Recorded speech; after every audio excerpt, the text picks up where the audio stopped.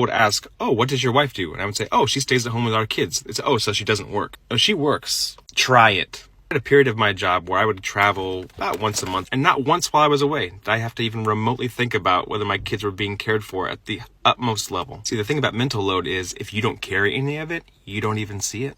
You don't see the bone-tired exhaustion of being the one getting up with the kid in the middle of the night, months and months, sometimes years and years on end. It's almost impossible to comprehend just how hard it is to build up or maintain any kind of momentum when you're constantly dropping off children, going to pick them back up, when there are multiple spots to be at multiple times, and knowing that even in that small little interim, you're on duty if anything goes wrong. And oftentimes, it does. I actually thought I was a pretty active dad when our kids were little because I did make it a point to go to all their medical appointments if I could make them. But you know what's crazy is a well child check happens once a year. Compare that to how many kids are getting dressed, how many lunches are getting made, how many after school pickups there are.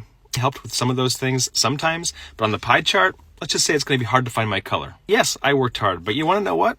There's an opportunity cost to my partner. In those early days, she made most of my lunches. She did 100% of the cooking to make sure there were meals every day. She did the grocery shopping. She did most of the laundry. So all these household tasks were things that I would have had to do anyway. She's doing those things, which frees up my mental capacity to do my job. Think about even having to pick up a kid at a certain point in time. If I had been a single dad, that would have been on me to go be the person who's right there at 5 o'clock, which means that not only could I not take advantage of overtime opportunity, I had a job that required overtime, which would have meant I wouldn't have been able to keep the job in the first place. My job was pretty tough in those days. And guess who was there to greet me, to make sure that I was okay, to show physical affection, to make sure my life wasn't super uncomfortable? That's mental load. I was successful in the work I was doing because of all the mental load my partner was holding for me. That's what a lot of guys don't see.